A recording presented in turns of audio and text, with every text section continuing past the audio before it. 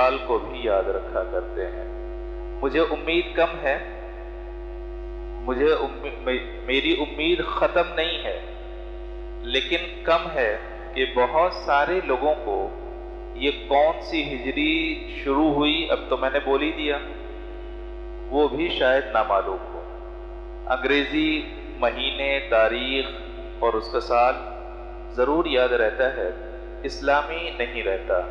مسلمانوں، ہم اس مذہب کے ماننے کے لیے مجبور نہیں ہیں، اور یہ مذہب ہمارا محتاج بھی نہیں ہے۔ نہیں، یہ مذہب ہمارا محتاج بھی نہیں ہے، لیکن بحیثیت مسلمان ہمارے اوپر ذمہ داری ہے کہ جب ہم اللہ اور اس کے رسول کا کلمہ پڑھتے ہیں تو اس مذہب کے احکام اور فرامین بھی پوری طرح سے مانیں، اللہ کی اطاعت کریں۔ دیکھو، یہ محرم الحرام چل رہا ہے۔ محرم الحرام میں 10 محرم الحرام کو ہونے کو بہت سارے واقعے ہوئے، بہت سارے واقعے ہوئے۔ حضرت آدم علیہ السلام کی توبہ کا بھی معاملہ ہے، اسی دن قبول ہوئی۔ حضرت نوح علیہ السلام کی کشتی بھی آج ہی 10 محرم الحرام ہی کو کنارے پر لگی۔ حضرت یونس علیہ السلام جو مچھلی کے پیٹ سے باہر آئے وہ بھی اسی دن آئے۔ حضرت موسیٰ علیہ السلام کی قوم کو اللہ تبارک و تعالیٰ نے جو فرعون سے نجات عطا فرمائی وہ بھی اسی دن۔ حضرت ابراہیم علیہ السلام کو نمرود کی آگ سے جو اللہ رب العزت نے بچایا تھا وہ بھی 10 محرم الحرام کو۔ تو ایسے بہت سارے معاملات ہیں جو 10 محرم الحرام کو پیش آئے۔ اسی وجہ سے فرماتے ہیں کہ 9ویں اور 10ویں کا روزہ بھی رکھنا بہت بڑے ثواب کا کام ہے، بہت بڑے ثواب کا کام ہے۔ یہ تمام چیزیں اپنی جگہ پر مسلم ہیں، لیکن یہ بتاؤ ان تمام چیزوں پر جو جس چیز کا وہ سب سے زیادہ رنگ غالب آتا ہے وہ کیا ہے؟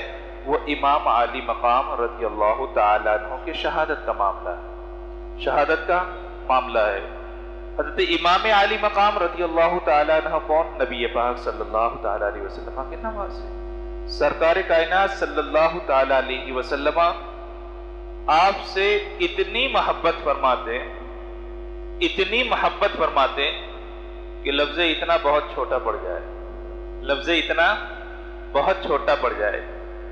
اگر راستے میں دوڑتے ہوئے آتے، امام عالی مقام کو سرکار اٹھا لیتے، گود میں اٹھاتے، کندھے پہ رکھا کرتے، آپ کے رخسار کو بوسہ دیا کرتے، آپ کی جبین، آپ کی پیشانی کو بوسہ دیا کرتے، اور حالت نماز میں بھی اگر امام عالی مقام آپ کے پشت مبارک پر سوار ہو جاتے تو آپ سجدوں کو بھی طویل کر دیا کرتے، اس قدر محبت فرماتے۔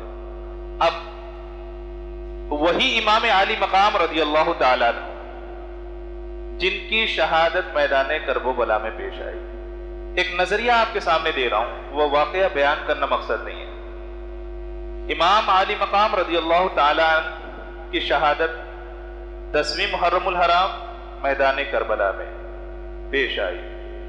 آپ کے جسم اطہر کو تیروں سے چھلنی بھی کیا گیا، نیزے بھی مارے گئے، تلواروں کے بھی بے تحاشا زخم تھے، اور پھر آپ کے تن مبارک سے آپ کا سر مبارک بھی جدا کیا گیا۔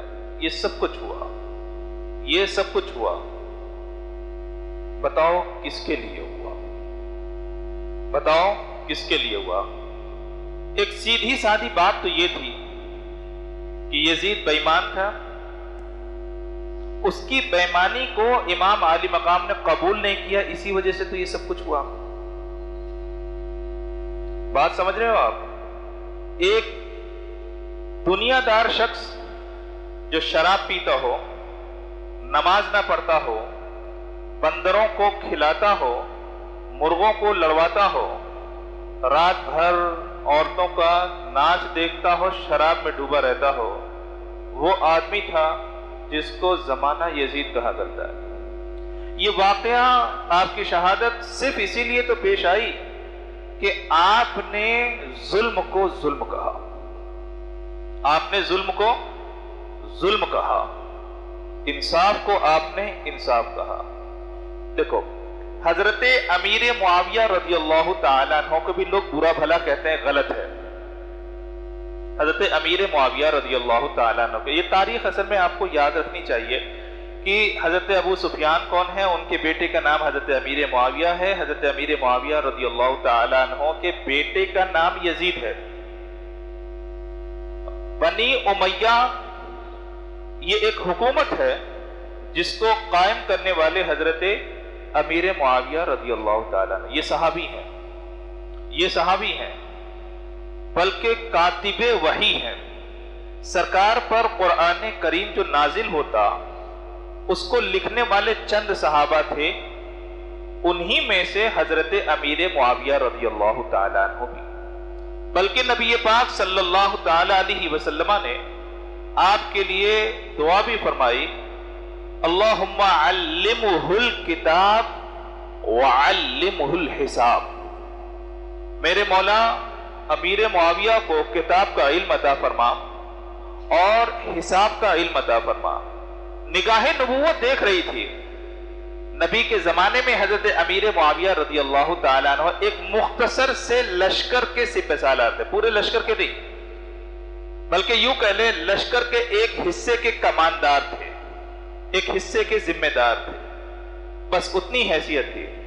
لیکن نگاہ نبوت دیکھ رہی تھی کہ آنے والے زمانے میں امیر معاویہ ایک حکومت کی بنیاد ڈالیں گے، ایک حکومت کی بنیاد ڈالیں گے، اور جب حکومت کی بنیاد ڈالی جائے گی تو اس وقت قرآن پاک کے ساتھ ساتھ حساب وغیرہ کا بھی معاملہ آئے گا، تو دعا فرمائی علمہ الحساب، مولا ان کو حساب کا بھی پتہ فرما۔ نگاہ نبوت کا معلوم تھا۔ حضرت امیر معاویہ رضی اللہ تعالیٰ عنہ صحابی، سرکار کے صحبتوں میں رہنے والے، آپ کی قربت میں پرورش پانے والے، وہ اتنے بڑے انصاف کے صحابی، اور انہوں نے اتنا انصاف کیا، اتنا انصاف کیا، اتنا انصاف کیا کہ ان کے اوپر بڑے بڑے صحابہ نے اعتماد کیا، بلکہ خود حضرت امام عالی مقام کے بڑے بھائی حضرت امام حسن رضی اللہ تعالیٰ عنہ نے بھی اعتماد کیا۔ اور جب خلافت کی بات آئی تو چونکہ حضرت امام حسن رضی اللہ تعالیٰ عنہ کو اعتماد کامل تھا، تو آپ ان کے حق میں دستبردار ہو گئے کہ آپ ہی خلیفہ رہیں، لیکن میرے چند شرائط ہیں، شرائط میں سے یہ کہ جن لوگوں نے مجھے میرا ساتھ دیا ان لوگوں سے باز پرس نہ کی جائے، میرا وظیفہ مقرر کیا جائے، اور میرے حدود کا تعین ہو، میرے خاندان کو نقصان نہ پہنچایا جائے۔ تو امام حسن رضی اللہ تعالیٰ عنہ نے اعتماد فرمایا حضرت امیر معاویہ رضی اللہ تعالیٰ عنہ۔ کیوں؟ وہ صحابی ہیں، وہ صحابی ہیں، اور ایسے صحابی جن کے بارے میں معلوم تھا کہ نبی پاک صلی اللہ تعالیٰ علیہ وسلم ان پر اعتماد فرماتے، ان پر اعتماد فرمایا کرتے تھے۔ تو حضرت امام عالی مقام نے اعتماد فرمایا، امام حسن رضی اللہ تعالیٰ عنہ نے اعتماد فرمایا۔ کیوں؟ کیونکہ جب تک حضرت امیر معاویہ رضی اللہ تعالیٰ عنہ باحیات تھے، بنی امیہ سے اسلام کی اشاعت ہو رہی تھی، بنی امیہ سے اسلام کی اشاعت ہو رہی تھی۔ لیکن آپ کے بعد جب یزید تخت نشین ہوا تو اب اسلام کی اشاعت نہیں ہو رہی تھی، بلکہ اسلام پر آنچ آ رہی تھی، بلکہ اسلام پر آنچ آ رہی تھی۔ حضرت امیر معاویہ رضی اللہ تعالیٰ عنہ نے زندگی میں کبھی شراب نہیں پی تھی، کبھی جھوٹ نہیں بولا تھا، کبھی دغا نہیں کیا تھا، کبھی ناانصافی نہیں کی تھی، کبھی اپنے گورنروں کو اسلام کے خلاف جانے کی چھوٹ بھی نہیں عطا فرمائی تھی۔ اپنے یہاں رہا کرتے تو اتنی ہی نیند لیا کرتے تھے، اتنی ہی سویا کرتے تھے جتنے کی جسم کو ضرورت ہوتی، باقی وقت میں وہ ہمیشہ موجود رہا کرتے تھے۔ آپ کے زمانے میں پابندی تھی، وہ اپنے محل کے دروازے پر کسی دربان کو نہیں کھڑا کر کے رکھا کرتے تھے۔ نبی پاک صلی اللہ تعالیٰ علیہ وسلم نے فرمایا میرا ہر صحابی عادل ہے، تو عادل کا پیکر انہوں نے بن کر کے دکھایا۔ سرکار نے فرمایا الصحابہ کلہم عدول، میرا ہر صحابی عادل ہے، تو یقیناً حضرت امیر معاویہ رضی اللہ تعالیٰ عنہ نے عدل و انصاف قائم کر کے دکھایا عملی طور پر کہ ہاں میں سرکار کے صحابی کہلانے کے لائق ہوں، اسی وجہ سے سارے صحابہ نے مانا۔ کیا بات سمجھ میں آئی؟ جب بات اسلام کی ہو، جب بات صحیح چیزوں کی ہو تو اسے قبول کر لینا چاہیے، اسے قبول کر لینا چاہیے۔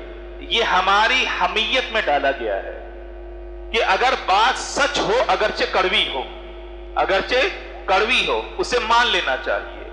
حضرت امیر معاویہ رضی اللہ تعالیٰ عنہ کی سلطنت سے اب تک، حضرت امیر معاویہ کے زمانے تک جو کچھ ہوتا رہا وہ اسلام کی موافقت میں ہوتا رہا، تو ہر ایک نے مانا، ہر ایک نے مانا کہ نہیں مانا؟ لیکن اسی سلطنت سے جب اسلام میں بگاڑ پیدا ہونے لگا، اسلام کی شکل کو مسخ کیا جانے لگا، اسلام کے قوانین پر جب آنچ آنے لگی، اسی تخت پر بیٹھنے والا جب شراب پینے لگا، زنا کو حرام کے بجائے حلال کہنے والا، محرمات کے ساتھ نکاح کی اجازت دینے والا، بندروں کے ساتھ کھیلنے والا، رات بھر ناچنے والیوں کو ناچ دیکھنے والا آدمی جب بیٹھا، تب اب یہ ہمارا مسلم کا یہ فرض ہے کہ غلط کو غلط بولیں۔ وہی کام حضرت امام علی مقام نے کیا تھا، وہی کام امام علی مقام نے کیا تھا۔ یہ ہمارے لیے درس ہے کہ ہمارے بڑوں نے جو کیا وہ تمہیں بھی کرنا پڑے گا۔ صحیح کو صحیح بولنا سیکھو اور غلط کو غلط بولنا سیکھو۔ جو چیز غلط ہے اسے غلط بولو، منہ میں زبان رکھنے کے باوجود بھی اگر غلط کو غلط نہ کہا جائے تو وہ زبان کہلانے کی حقدار نہیں ہے۔ کربلا کا اسلامی سال کا، اسلامی مہینے کا جو پہلا مہینہ ہمارے یہاں آتا ہے، اسی میں ہمیں درس دیا جاتا ہے کہ حق بولنے والی زبان اپنے منہ میں پیدا کرو۔ امام علی مقام رضی اللہ تعالیٰ عنہ، جب یزید کو آپ نے دیکھا کہ وہ سب کچھ بدلتا چلا جا رہا ہے، آپ نے کہا میں اس کے ہاتھ پہ نہیں بیعت کروں گا۔ کہ پریشانیاں نہیں آئی؟ امام علی مقام پر پریشانی نہیں آئی؟ گورنروں کو تبدیل کیا گیا، ظالم گورنروں کو مسلط کیا گیا، مدینہ پاک سے حضرت امام علی مقام کو نکلنا پڑا۔ امام علی مقام کو تنہا نہیں نکلنا پڑا، اپنے خاندان والوں کے ساتھ نکلنا پڑا۔ مکہ المکرمہ جا کر کے آپ نے پناہ لی، مکہ المکرمہ جا کر کے پناہ لی۔ وہاں پر بھی جب پناہ لینا مشکل ہوا تو آپ میدان کرب و بلا میں پہنچے۔ کوفیوں نے خط لکھے اور ہزاروں سینکڑوں کی تعداد میں خط لکھے کہ آپ یہاں پر تشریف لے آئیں، ہم آپ کے معاون ہوں گے، آپ کے ساتھ کھڑے رہیں گے، لیکن اس قوم نے دھوکہ دیا جس کی وجہ سے شہادت پیش آئی۔ ایک بات بتاؤ، کیا اس مرنے کے بارے میں، اس شہادت کے بارے میں، شہید مرتا نہیں، ہماری زبان الگ الگ ہے۔ شہید جو ہے وہ کبھی وَلَا تَقُولُوا لِمَنْ يَقْتُلُ فِي سَبِيلِ اللَّهِ يَمْوَاتٌ، قرآن پاک نے فرمایا۔ جو شہداء ہوتے ہیں ان کو مردہ نہ کہو، بل احیاء، بلکہ وہ زندہ ہے۔ زندہ ہے تبھی تو زندوں کے بیچ میں ان کو یاد کیا جا رہا ہے، زندہ ہے تبھی تو زندوں کے بیچ میں یاد کیا جا رہا ہے۔ اور جب تک یاد رکھو ہمارے دل زندہ رہیں گے، امام علی مقام کا ذکر بھی ہمارے دلوں میں زندہ رہے گا۔ دیکھو بڑے بڑے واقعات ہوئے۔ حضرت نوح علیہ السلام کی کشتی میں اس وقت جتنے لوگ سوار تھے دنیا میں بس اتنے ہی لوگ زندہ تھے۔ حضرت نوح علیہ السلام کی کشتی میں جو لوگ سوار تھے اس وقت دنیا میں صرف اتنے ہی لوگ زندہ تھے، باقی مار دیے گئے، باقی ڈبا دیے گئے۔ اللہ کا حکم جنہوں نے نہیں مانا، اللہ نے اپنے پانی کے عذاب سے ان کو غرقاب کیا، ڈبا دیا اور ان کی موت واقع ہو گئی۔ کائنات اگر کسی سے چل رہی ہے تو حضرت نوح علیہ السلام کی کشتی میں بیٹھنے والوں کی وجہ سے چل رہی ہے۔ اتنے ہی لوگ زندہ تھے، اللہ نے ان کو بچایا۔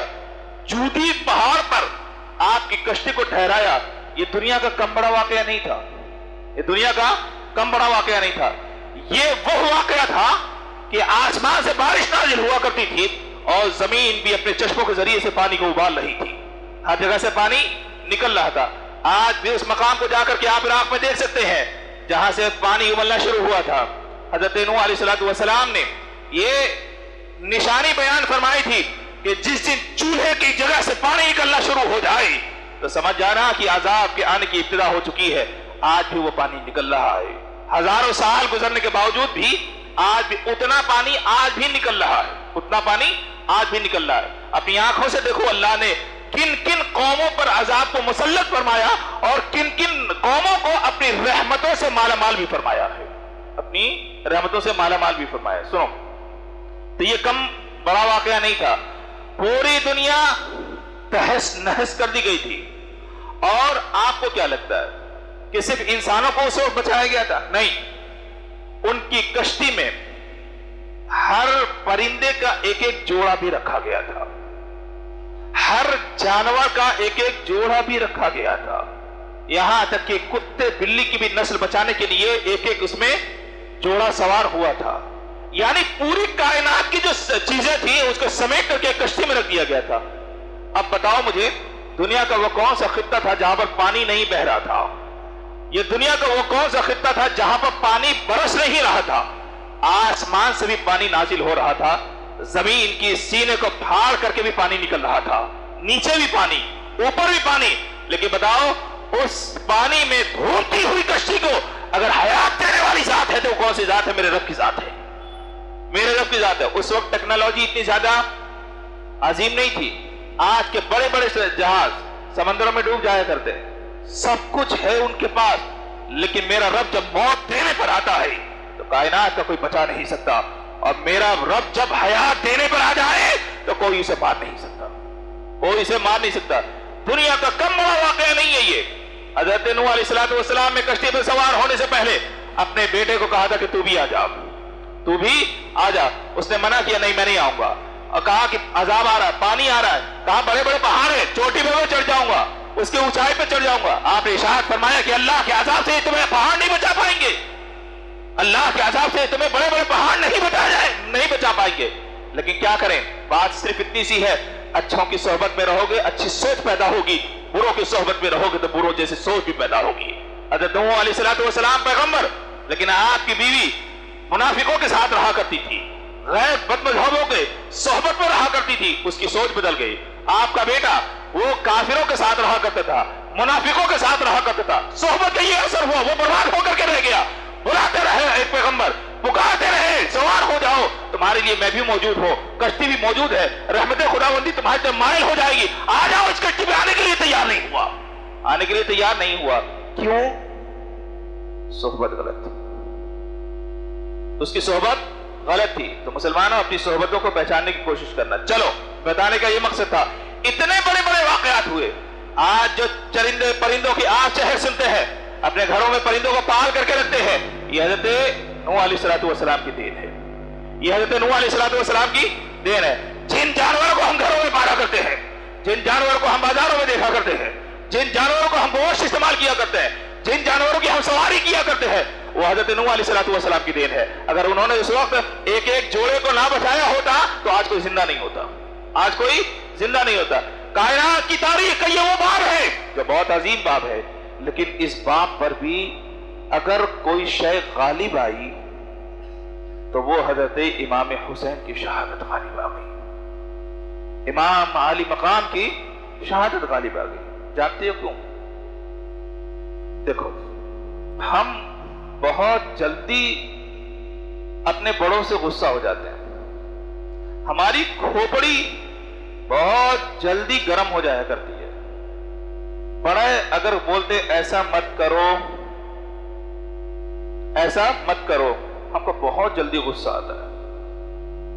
اور اللہ نے جس زبان کو اطاعت کی خاطر پیدا فرمایا، اس زبان پر نافرمانی جاری ہو جاتی ہے۔ فوراً لڑکا بولتا ہے، آپ 50 سال پہلے کی بات کرتے ہیں، آپ کا زمانہ الگ تھا، یہ زمانہ الگ ہے۔ اللہ نے یہ زبان اللہ کی فرما برداری کرنے کے لیے پیدا کی ہے، نافرمانی پیدا کرنے کے لیے نہیں۔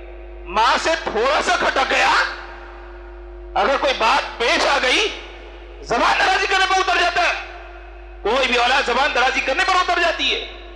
کیا آپ کو شریعت مطہرہ میں اس کا حق دیا گیا؟ ہماری فطرت میں اطاعت رکھی گئی ہے، فرما برداری رکھی گئی ہے، بڑوں کا حکم ماننا رکھا گیا ہے۔ اس کی سب سے بڑی مثال دیتا ہوں، سنو۔ پیغمبر اپنے بیٹے کو ایک پاؤں پر بیٹھائے ہوئے تھے، ٹھیک؟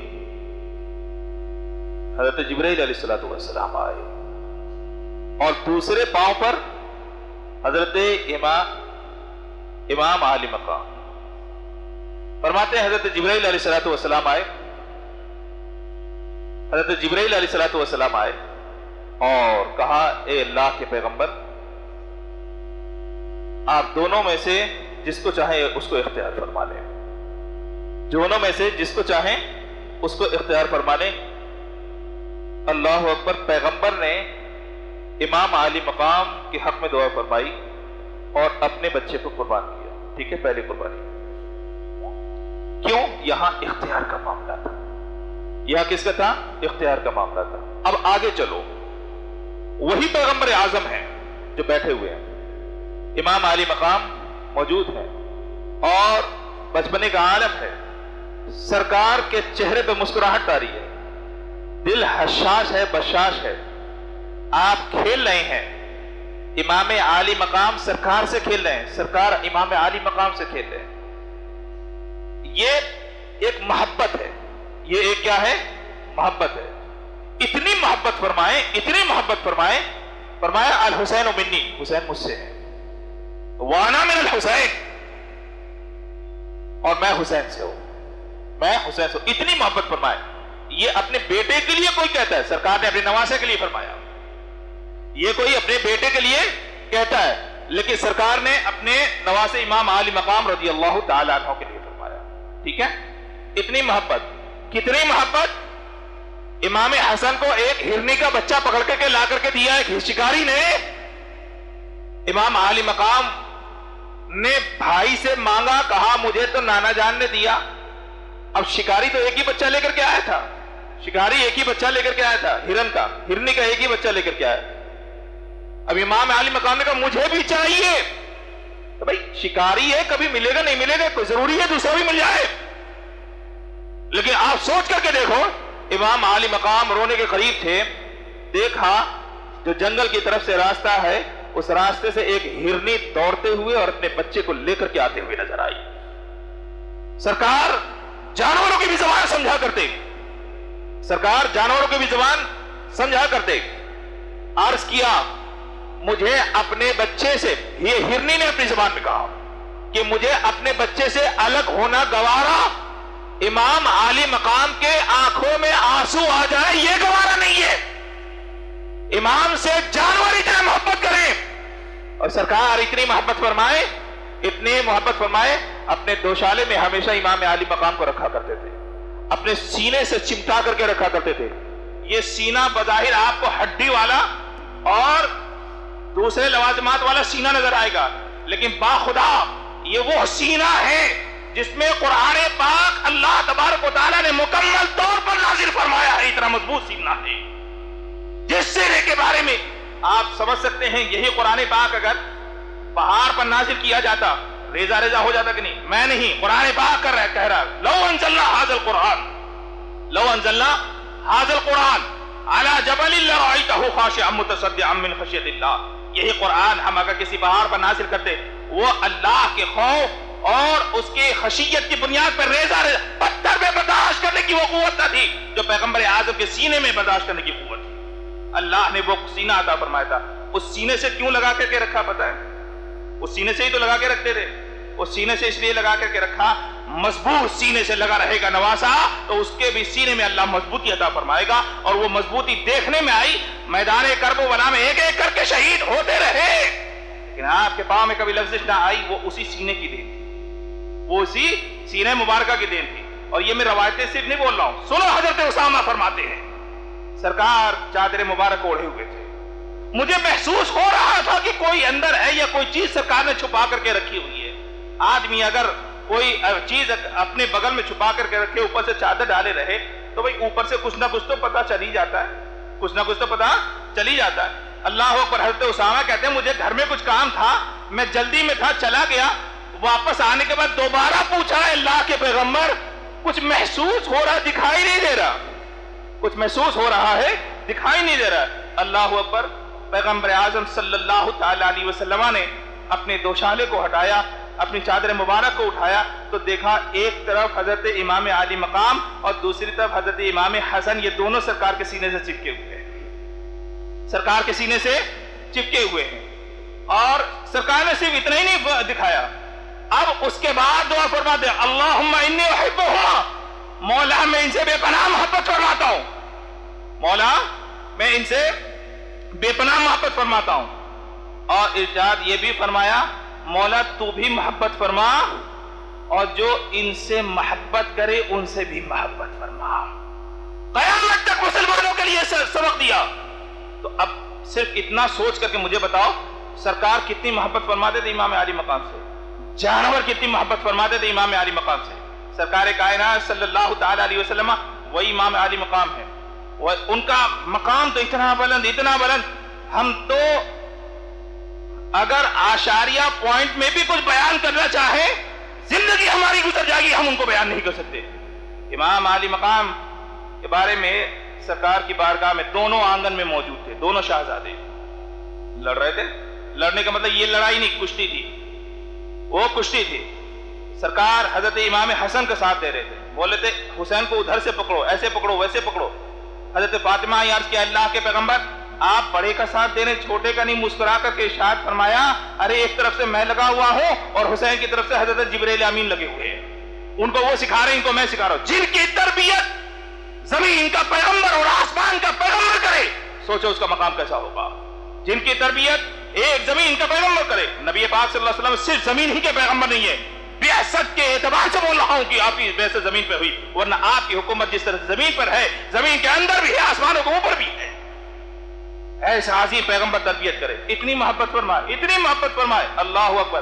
آپ سمجھ سکتے ہیں امام عالی مقام نے عید کی رات میں والدہ سے کہا تھا کل سب لوگ سارے بچے اچھے اچھے کپڑے پہنیں گے، ہمارے لیے نہیں ہے، ہمارے لیے بھی انتظام فرما دیں. والدہ کیا کرے، والدہ ہے کیا کرے، بچے سے انکار تو کیا بنتا نہیں ہے. وعدہ کر لیا کہ ٹھیک ہے کوئی انتظام ہو جائے گا، کل کوئی انتظام ہو جائے گا. لیکن سوال یہ تھا جس کے گھر میں کئی کئی دن کا فاقہ گزرتا ہو وہاں پہ نئے کپڑے آئیں گے کہاں سے؟ سوال یہ تھا. صبح فجر کی نماز کے بعد حضرت فاطمہ الزہرا رضی اللہ تعالیٰ نے ہاتھ اٹھا کر کے عرض کیا مولا میری آبرو اب تیرے ہاتھ میں ہے. جو اللہ کو پوجا کرتے ہیں وہ اللہ ہی سے مانگا کرتے ہیں اور اللہ ہی پر اعتماد رکھا کرتے ہیں. ہاتھ اٹھاتے ہیں تو اسی کی بارگاہ میں اٹھاتے ہیں، عرض کرتے ہیں تو اسی کی بارگاہ میں عرض کرتے ہیں، اور زبان بھی کھلتی ہے تو اسی کی بارگاہ میں کھلتی ہے، دنیا داروں کی بارگاہ میں نہیں کھلا کرتی ہے. حضرت فاطمہ رضی اللہ تعالیٰ عنہ کے پاس اتنے ذرائع نہیں تھے کہ کسی محلے والے سے بلوا دیتی، نہیں بلوایا. مولا پوجا ہے تجھے، مانگے بھی تجھی سے، اور یقین ہے کہ عطا بھی تو ہی فرمائے گا، یقین ہے کہ عطا بھی تو ہی فرمائے گا. حضرت فاطمہ الزہرا رضی اللہ تعالیٰ عنہ دعا کر کے ہٹ گئی. دروازے پر کھٹکھٹاہٹ ہوئی. آنے والے سے پوچھا کون؟ آنے والے نے جواب دیا اہل بیت کا درزی ہوں، اہل بیت کا درزی ہوں. آپ نے کپڑے لے لیے، دونوں شہزادوں کو پہنا دیے، دونوں شہزادوں کو پہنا دیے. نبی پاک صلی اللہ تعالیٰ علیہ وسلم کچھ دیر کے بعد حضرت فاطمہ الزہرا رضی اللہ تعالیٰ عنہ کی بارگاہ میں آئے. حضرت فاطمہ الزہرا رضی اللہ تعالیٰ عنہ کے یہاں پر تشریف لائے. فرمایا فاطمہ جانتی ہو کہ وہ کپڑے دینے والے کون، لانے والے کون؟ دینے والی ذات رب کی ہے، لانے والے جبرائیل امین ہیں، اور جو کپڑے لائے گئے تھے وہ زمین کے کپڑے نہیں تھے، وہ آسمان اور جنت سے لائے گئے کپڑے تھے. تو وہ لوگ ہیں جن کی زبانیں اگر کھل جائیں تو اللہ جنت کی نعمتوں کو نازل فرما دیا کرتا ہے. یہ فضائل میں تمہیں اس لیے بتا رہا ہوں کہ اب سنو جو بات بتانے جا رہا ہوں، اہم بات. اتنی محبت کرتے رب بھی اتنی محبت فرماتا تھا، فرماتا تھا نہیں فرماتا ہے اور ہمیشہ فرمائے گا. رب اتنی محبت فرماتا، نبی پاک صلی اللہ تعالی علیہ وسلم اتنی محبت فرمایا. لیکن وہی اب سنو، نبی پاک صلی اللہ علیہ وسلم بیٹھے ہوئے، حضرت امام علی مقام کھیل رہے ہیں، حضرت ام سلمہ رضی اللہ تعالی عنہ آپ کے زوجہ مبارکہ بیٹھی ہوئی ہیں. جبرائیل امین آئے اور ایک بارگاہ کی مٹی لا کر کے دی. نبی پاک صلی اللہ علیہ وسلم نے فرمایا جبرائیل کیا ہے؟ کہا اے اللہ کے پیغمبر یہ اس جگہ کی مٹی ہے جہاں پر یہ شہزادہ شہید کیا جائے گا، جہاں پہ یہ شہزادہ شہید کیا جائے گا. یہ وہ شہزادہ ہے جس کے بارے میں پیغمبر نے ارشاد فرمایا فاطمہ ان کو رلایا مت کرو، ان کے رونے سے پیغمبر اعظم کو تکلیف ہوتی ہے. یہ وہ شہزادہ ہے کہ جنگل کے ہرن تک اپنے بچے قربان کر دیا کرتے ہیں ان کی خاطر. یہ وہ شہزادہ ہے جن کے گھر حضرت جبرائیل آیا کرتے ہیں، ان کو کشتی سکھایا کرتے ہیں. یہ وہ شہزادہ ہے کہ جن کے لیے جنتی لباس کو نازل کیا جاتا ہے، لیکن اسی شہزادے کے بارے میں حکم آتا ہے. رب العزت ارشاد فرماتا ہے، حضرت جبرائیل علیہ السلام نے عرض کیا اللہ کے پیغمبر، رب نے یہ احکام بھیجے ہیں کہ یہ شہزادہ شہید کیا جائے گا، یہ شہزادہ شہید کیا جائے گا. مجھے یہ بتاؤ، پیغمبر جس سے اتنی محبت کریں، کائنات کی ہر شے محبت کرے، صحابہ محبت کریں، جانور تک محبت کریں، لیکن بات کیا آئی؟ رب نے فیصلہ فرمایا ہے، رب نے فیصلہ فرمایا ہے. یہ بتاؤ اس فیصلے کے خلاف کوئی بھی گیا؟ کیا حضرت فاطمہ الزہرا رضی اللہ تعالی عنہ نے کبھی گزارش کی کہ والد محترم میری اس اولاد کو بچا لیا جائے؟ نہیں کی. کیا مولائے کائنات نے کبھی گزارش کی؟ مولائے کائنات کو تو یہاں تک معلوم تھا، جنگ صفین سے واپسی کے بعد آپ نے ایک مقام پہ کھڑے ہو کر کے ارشاد فرمایا کہ وہ زمین ہے جہاں پر میرا شہزادہ شہید کیا جائے گا، فلانے مقام پر اس کے خیمے لگائے جائیں گے، فلانے مقام پر گھوڑے باندھے جائیں گے، یہاں پر شہید کیا جائے گا، یہاں دفنایا جائے گا، یہاں ان کی ہڈیوں کو گھوڑے دوڑا کر کے چور چور کیا جائے گا. کیا نہیں معلوم تھا اس باپ کو؟ کیا نہیں معلوم تھا اس باپ کو؟